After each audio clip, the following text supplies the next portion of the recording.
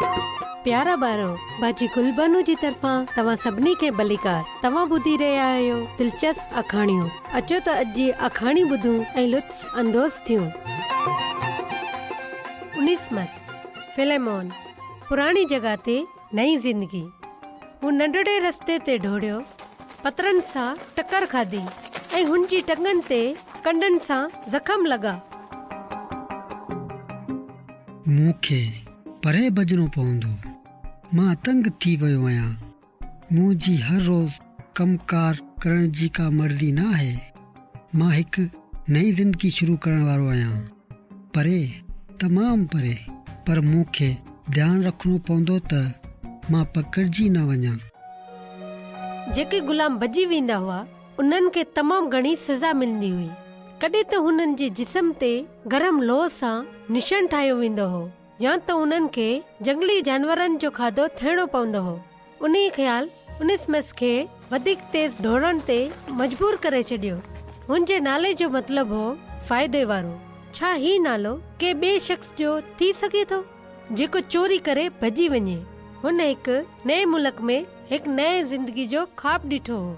हू वञी रोम में लिकणु चाहींदो हो, पर कंहिं सोचियो हो त हुन अज़ीम शहर में उनिसमस सभिनी माण्हू खे छॾे भॼी वञी पंहिंजे उस्ताद जे मालिक वटि वेंदो। ठीक तूं भॼी आयो आहीं।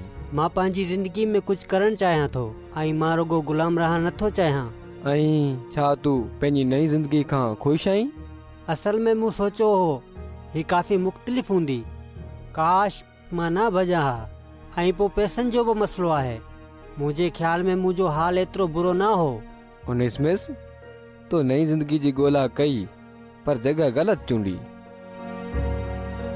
हुते रोम में उनिसमस खे समझ में अची वई त को बि शख़्स पंहिंजे लाइ नई ज़िंदगी रुॻी येसू में हासिल करे सघे थो, छाकाणि त हू असांजा गुनाह माफ़ करे थो ऐं असांखे नओं बणाए थो। छा तव्हां बि कॾहिं इहा ख्वाहिश कई आहे त तव्हां बि नई सिरे खां शुरू करे सघो था? येसू तव्हां खे नई ज़िंदगी ॾींदो। हू सभिनी खे ॾींदो जेके पंहिंजा गुनाह क़बूल करनि था ऐं जेके हुन ते भरोसो कनि था। उनिसमस ही नई ज़िंदगी हासिल करे वरिती, पर हुन खां पोइ अॻियो कदम छा हो? सभ खां बहितर ॻाल्हि इहा हूंदी त फिलेमोन वटि वापसि वञ, पंहिंजे मालिक वटि। वापसि उते? फिकर न कर, मां तव्हां लाइ हिकु ख़त लिखंदुसि हुनखे ॾियण लाइ। हू मुंहिंजो दोस्त आहे। हू येसू सां मोहबत करे थो। हू ख़ुशी सां तव्हांखे पाण वटि रखंदो। ऐं वॾे इत्मीनान सां उनिसमस वापसि हलियो वियो। तूं वापसि अची वएं। असां तोखे हर जाइ ते ॻोल्हियो। मां तव्हां लाइ ख़त वठी आयो आहियां।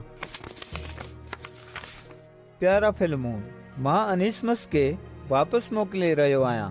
हिन येसू सां गॾु पंहिंजी नई ज़िंदगी जो आगाज़ कयो आहे।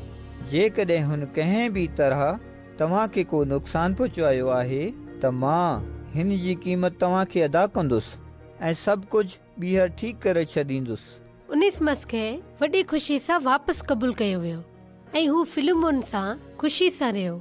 येसू जे वसीले सां उनखे पुराणी जॻह ते ई नई ज़िंदगी मिली वई। ठीकु आहे ॿारो, हाणे बाजी गुलबानो खे इजाज़त ॾियो। ख़ुदा हाफ़िज़।